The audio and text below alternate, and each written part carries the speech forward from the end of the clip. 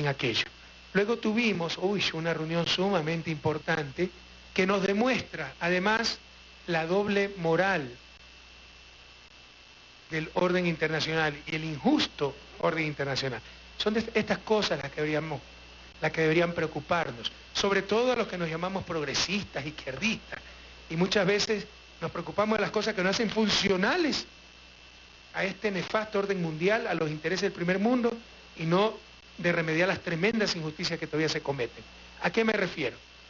Me refiero al caso de las tomas de sangre a nuestros pueblos, a nuestra nación guaraní, hace algunos años, sin su consentimiento, que han servido para investigaciones científicas. Existen 31 artículos de investigación publicados entre 1980 y 2012 sobre casos en los cuales se tomaron muestras de sangre de individuos guaraníes. Ojalá que entendamos lo que es esto, como que si a uno de nuestros hijos, un investigador extranjero, con engaño le tome sangre para hacer experimentos. 7 autores están asociados a la Escuela de Medicina de Harvard, de los autores de estos artículos, y los científicos vinculan al Instituto Coriell como proveedor de la sangre del pueblo guaraní. Ellos obtenían para sus investigaciones la sangre de una fundación llamada Coriell. Sigamos. CENESID, el 9 de noviembre del 2012, presenta un informe respecto a la extracción y uso no consentido de muestras de sangre del pueblo guaraní. Se comprobó que los guaraníes han enfrentado este tipo de procesos irregulares en varias oportunidades, al menos desde la década de los 70.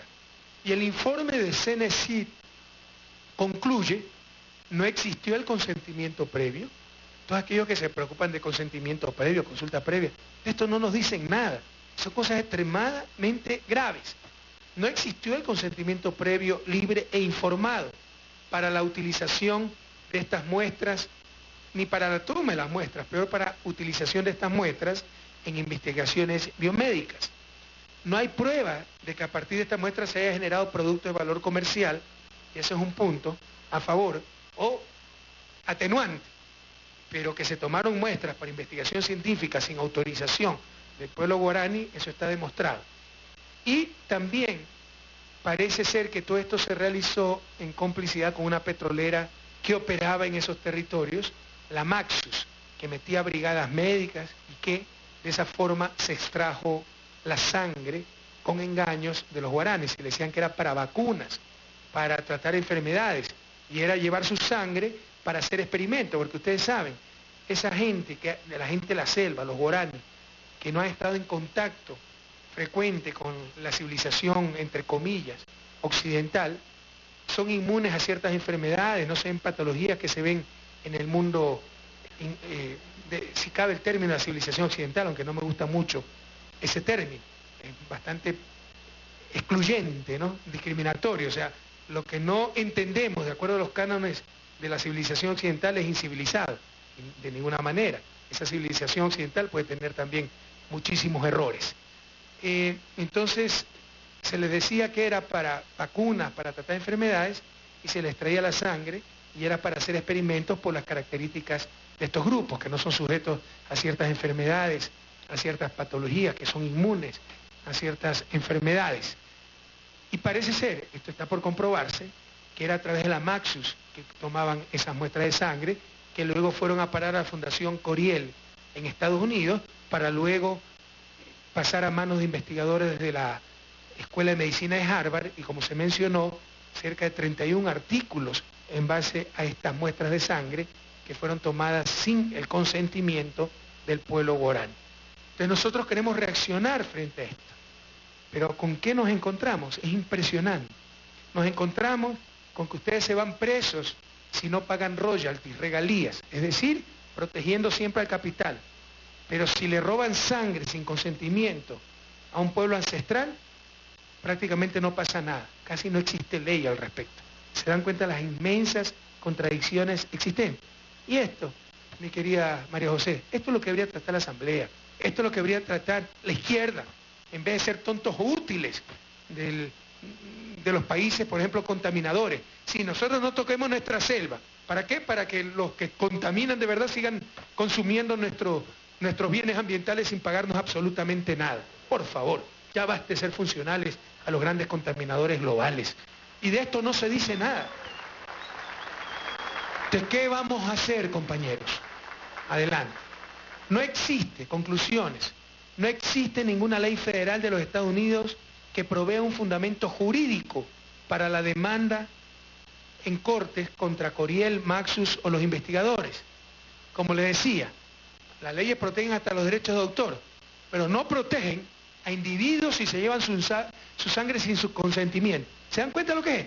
Copiar una marca sin el consentimiento del dueño de la marca, copiar un producto sin el consentimiento del dueño del producto, Coca-Cola, se van hasta presos. Sacarle sangre sin el consentimiento del individuo que está siendo víctima de esa acción para experimentos, etcétera, ahí no pasa nada. ¿Se dan cuenta cómo todo está en función no de la justicia, no de la lógica, sino sencillamente de los más poderosos? ¿Se dan cuenta de aquello? Y esto es lo que deberíamos denunciar, compatriotas.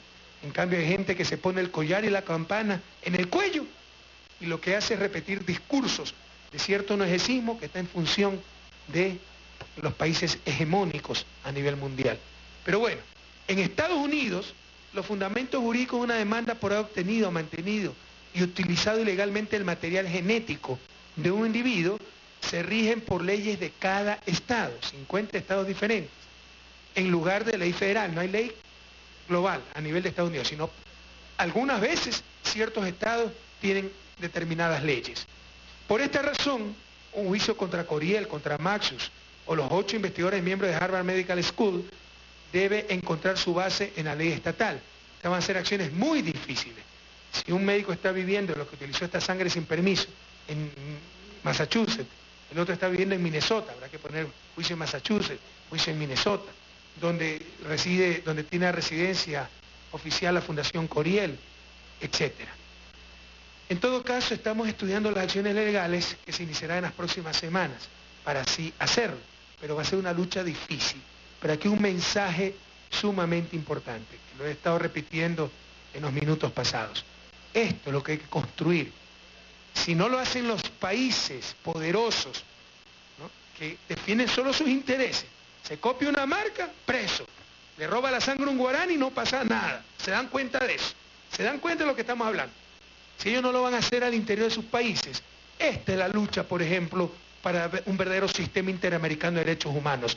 Hacer normativa interamericana, hacer normativa mundial a través de las Naciones Unidas. Pero estas son las cosas que debemos defender: la dignidad de las personas, el consentimiento explícito si yo quiero utilizar su material genético, la protección del bioconocimiento, porque por último los guaraníes, si consentían que saquen su sangre para experimentos, que no consintieron, tienen que beneficiarse pues de los resultados de esa investigación. Aquí no pasa absolutamente nada. Sí se dan cuenta las injustas relaciones internacionales, el injusto orden, inmoral orden mundial que tenemos que enfrentar, a luchar, compatriotas, por las cosas que valen la pena. Y esto vale la pena. Este ha sido un abuso terrible y tenemos que crear normativa interamericana y, ¿por qué no, internacional, para sancionar esta clase de piratería y de engaños?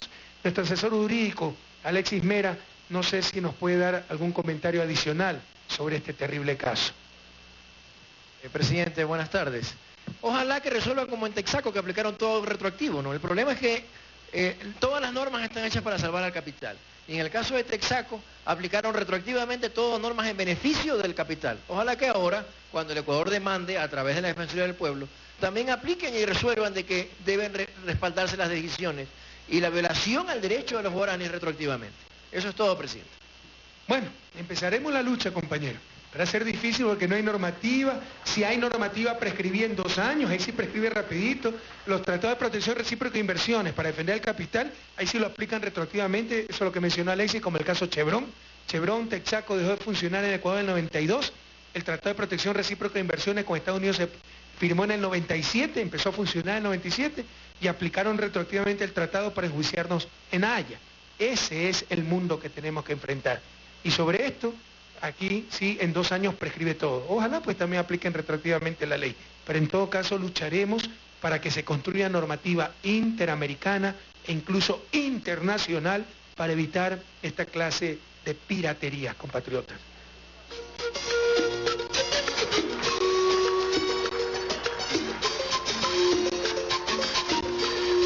Ya me mandaron el software para qué servía, pero todavía está más confuso de lo que yo dije, así que por favor un poco más concreto el asunto. Continuamos con solicitudes de despacho, agenda estratégica, etcétera. Y luego a las 1:30 tuvimos una reunión, como dicen los colombianos, muy querida. Es cierto, mañana son elecciones en Colombia. Mucha suerte a nuestra querida Colombia y a su pueblo.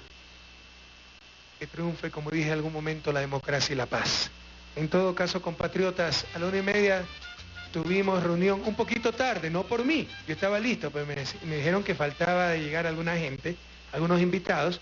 Casi como a las 2 de la tarde empezamos el almuerzo con nuestros queridos compas artesanos, esos compañeros que trabajan con tanta habilidad, esfuerzo, con sus propias manos, esos sastres, esas peluqueros, ahora son estilistas del cabello, esos talladores, esos tejedores y tantos artistas que transforman ese arte en productos maravillosos, nuestros queridos artesanos, sastres, etc.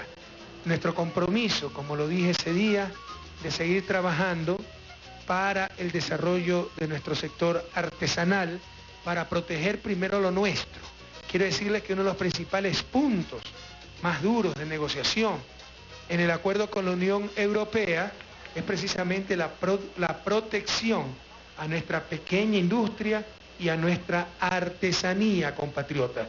Primero lo nuestro, vamos a defender el empleo y la producción nacional.